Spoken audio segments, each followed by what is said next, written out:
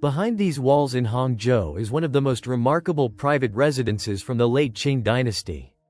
This was the home of Hu Xueyan, one of China's most famous merchants, a man whose life rose from humble beginnings to extraordinary wealth, influence, and status.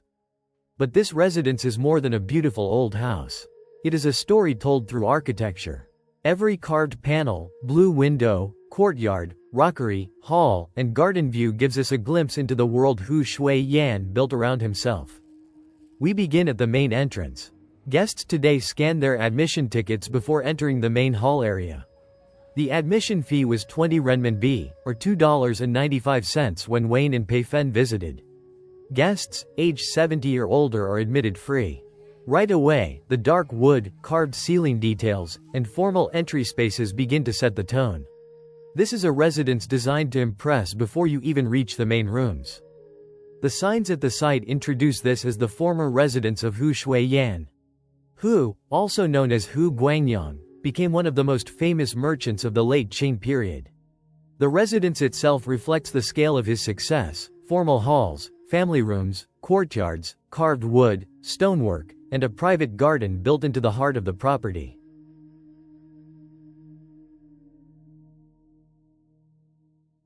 Before we walk deeper into the residence, it helps to meet the man behind it.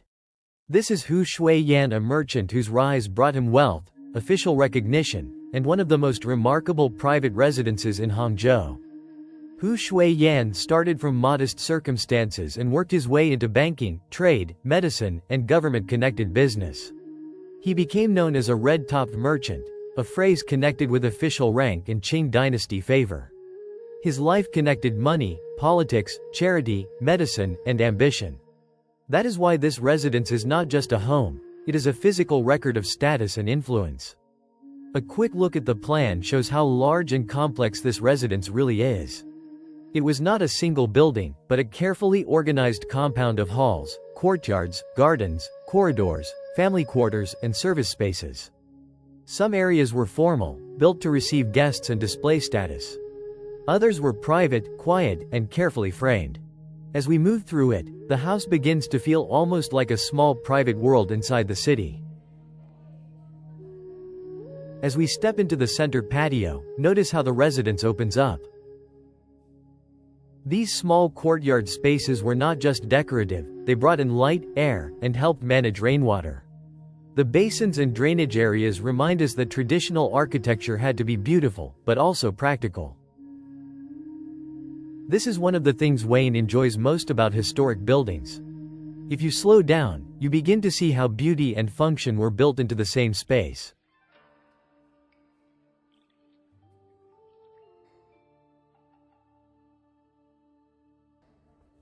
To the right is one of the important rooms of the residence, called Baishi Lu, the 100 Lion Tower. The name comes from the many lion-patterned wooden elements used in its construction. The sign explains that this tower was once connected with the living space of Hu Xueyan's mother and eldest wife. It also mentions that the second floor railing was once decorated with small lions carved from red sandalwood. In a residence like this, decoration was never just decoration. It was a language of wealth, protection, rank, and identity. This room is identified on the residence map as Yanbi Hall, also known as the Hall of Greenness or Mahogany Hall. It overlooks the pond garden and was designed as a refined space for enjoying the scenery and entertaining guests. The name Mahogany Hall points to the rich hardwood used throughout the interior. With dark carved wood, formal furniture, blue window panels, and a garden-facing position, the room connects elite hospitality with carefully framed outdoor scenery.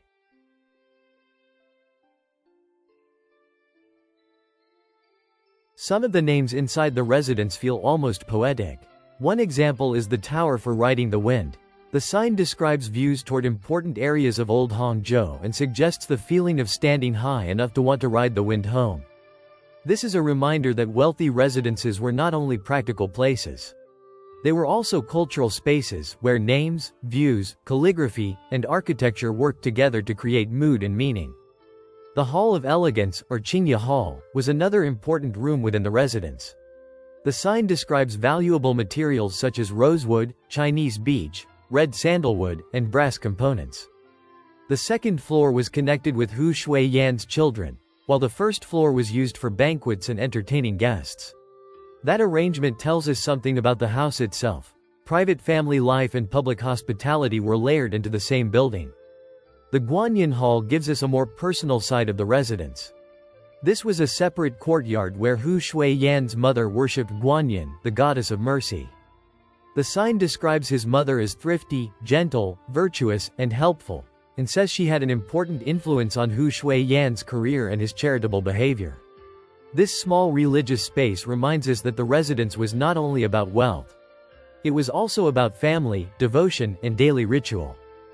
The servants' quarters show another side of the residence, the daily work behind the elegance.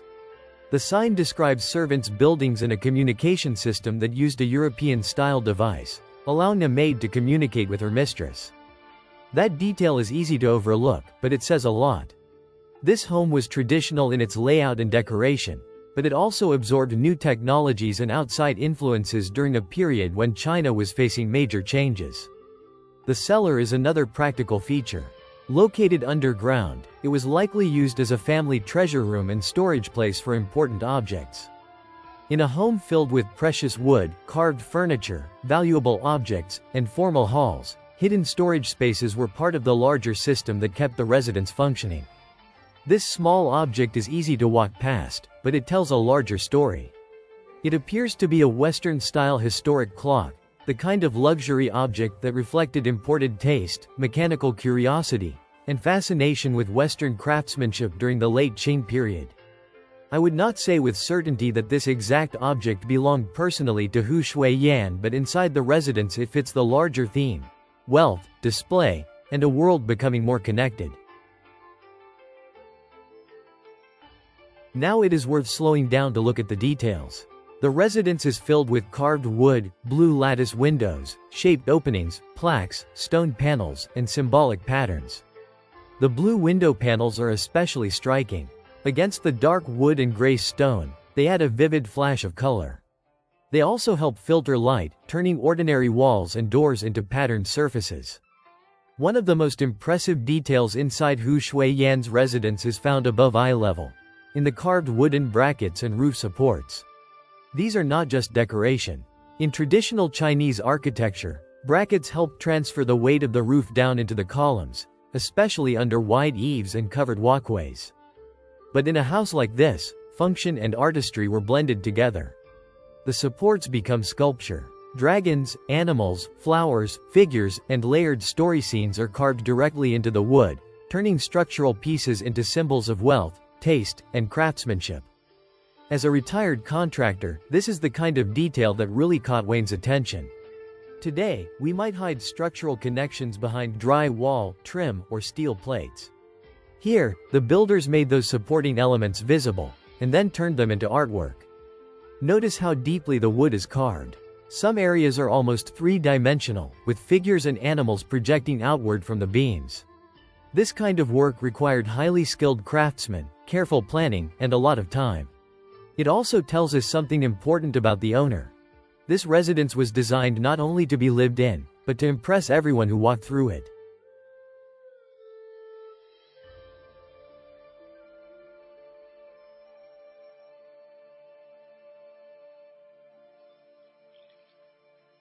Another architectural feature worth slowing down for is the way this residence uses stone doorways, plaques, and framed passages. These are not just openings from one room to another. They are carefully designed transitions. In a traditional Chinese residence like this, every doorway helps control how the visitor experiences the space. A rectangular doorway may feel formal and direct. A round doorway, often called a moon gate, softens the view and turns the garden beyond it into a living picture. Other openings have curved or vase-like shapes, giving the passage a more graceful, decorative feeling. The stone frames also served a practical purpose. They protected the edges of the walls, helped define the threshold, and created a stronger, more durable opening where people passed through again and again. Take note on how the stone, wood, plaster, and tile all work together. The structure is practical, but the finished effect is artistic. Above many of these passages, you can see carved plaques with Chinese characters. Some identify a room or courtyard, while others use poetic phrases to create a mood. Even before you understand the meaning, the plaque tells you that you are entering a named space, almost like stepping into the next chapter of the house. Above this stone archway is a plaque reading Shenchu Yuan, which can be translated poetically as Deep Autumn Courtyard. Like many garden names in traditional Chinese residences, it is less of a simple room label and more of a mood, giving the space a quiet, seasonal, almost literary feeling. That is one of the beautiful things about Hu Xueyan's residence. The architecture does not reveal everything at once. It frames one view, then another. A doorway leads to a corridor, the corridor opens into a courtyard, and the courtyard gives way to stone, water, plants, and another room beyond. So as we move through these passages, we are not just walking through doorways. We are moving through a carefully planned sequence of views. The house uses architecture the way a filmmaker uses a camera frame, guiding our eyes, controlling the pace, and making each new space feel like a discovery. These stone openings and plaques may seem like small details, but together they help create the rhythm of the residence, formal, quiet, elegant, and full of carefully framed surprises. Here we pass through one of the small courtyards between sections of the residence. These spaces are easy to overlook, but they are part of what makes the house feel so layered. Instead of moving directly from one room to another, visitors pass through courtyards, carved doors, stonework, lanterns, and garden views. This kind of layout creates a rhythm: interior, courtyard, garden, corridor, room, each space slowly revealing the next. In this open courtyard, even the wall becomes part of the artwork. Instead of leaving the surface plain, the builders filled it with carved stone panels, scenes, borders, patterns, and symbolic designs. Details like this are easy to walk past, but they show how much attention was given to even the quieter corners of Hu Xueyan's residence. This was not just a wealthy home. It was a carefully designed world of gardens, rooms, carved walls, and hidden views.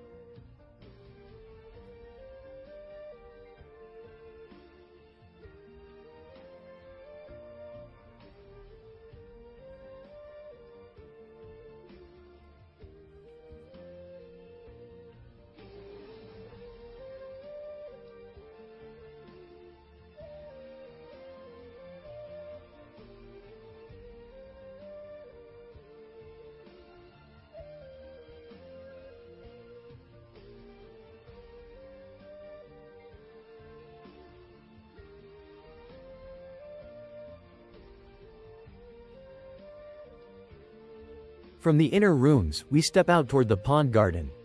This is where the residence begins to feel less like a house and more like a carefully designed private world. The water, rocks, trees, bridges, and pavilions were all arranged to create changing views as a person walked through the space. In traditional Chinese garden design, rocks can suggest mountains, water can create reflection and movement, and a small bridge can turn a simple crossing into a visual centerpiece. For a wealthy late Qing merchant like Hu Xueyan, a garden like this was not only beautiful. It was a statement of culture, taste, and status.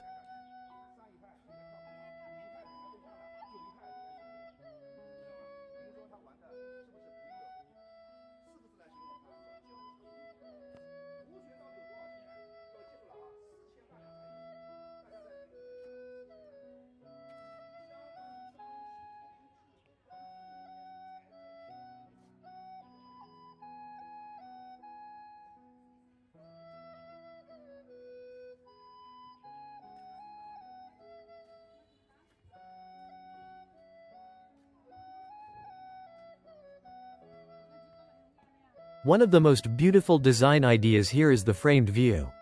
A round opening or shaped doorway turns the next courtyard into a picture.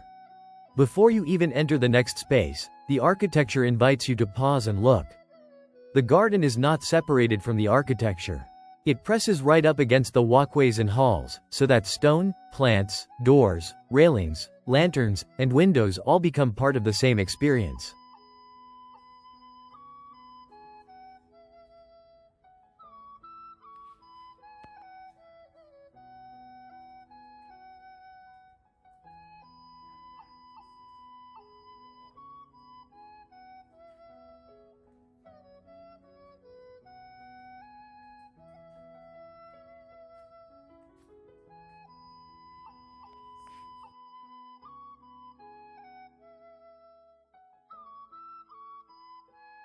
Here, we move into one of the most interesting parts of the garden, the artificial rockery cave.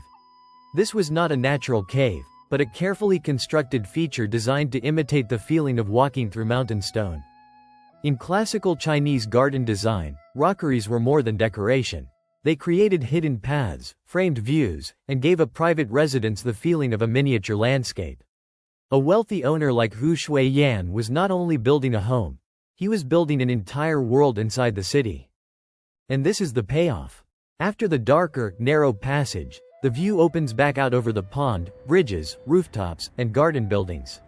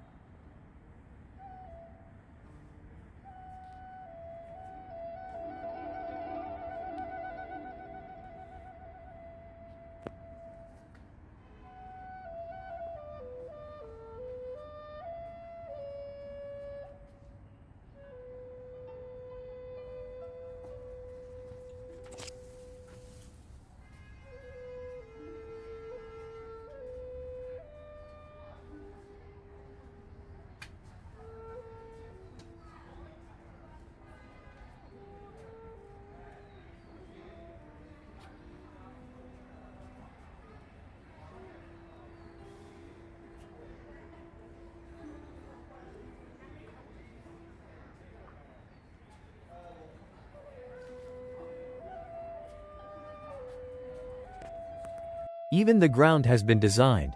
The pebble paving adds texture, pattern, and rhythm underfoot. In a residence like this, craftsmanship did not stop at the walls or roof beams. It continued all the way down to the paths.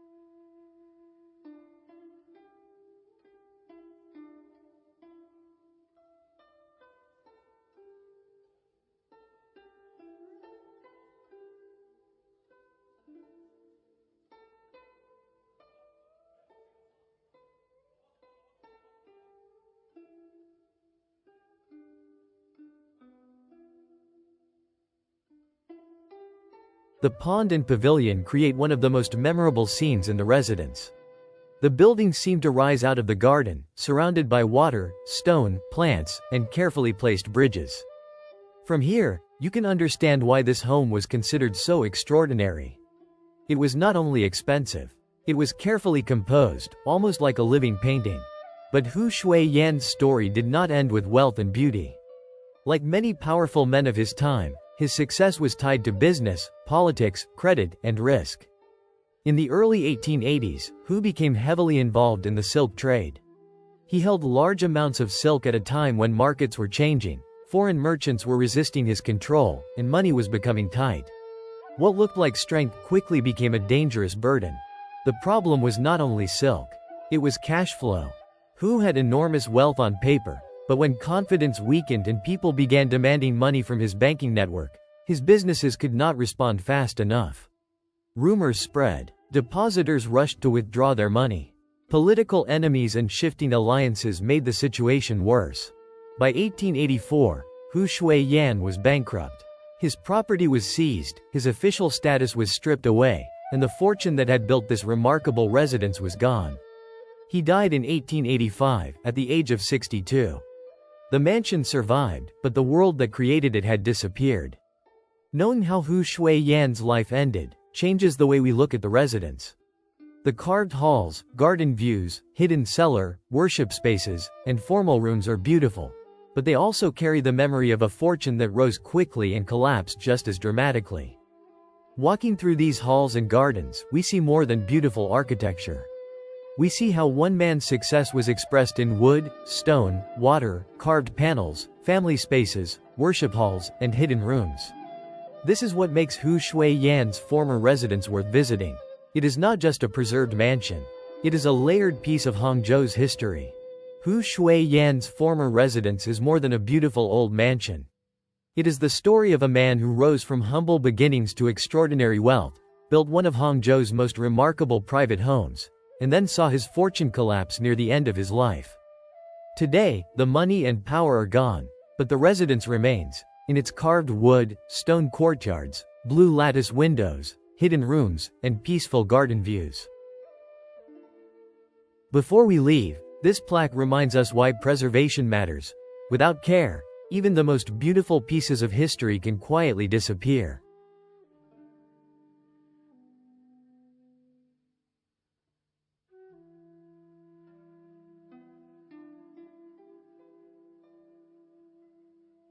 If you enjoyed this walk through Hangzhou's history, please like the video, leave a comment, and subscribe to Why Visit China. And don't forget to ring the bell so you'll be notified when new videos are uploaded. Thanks for watching, and I'll see you in the next visit.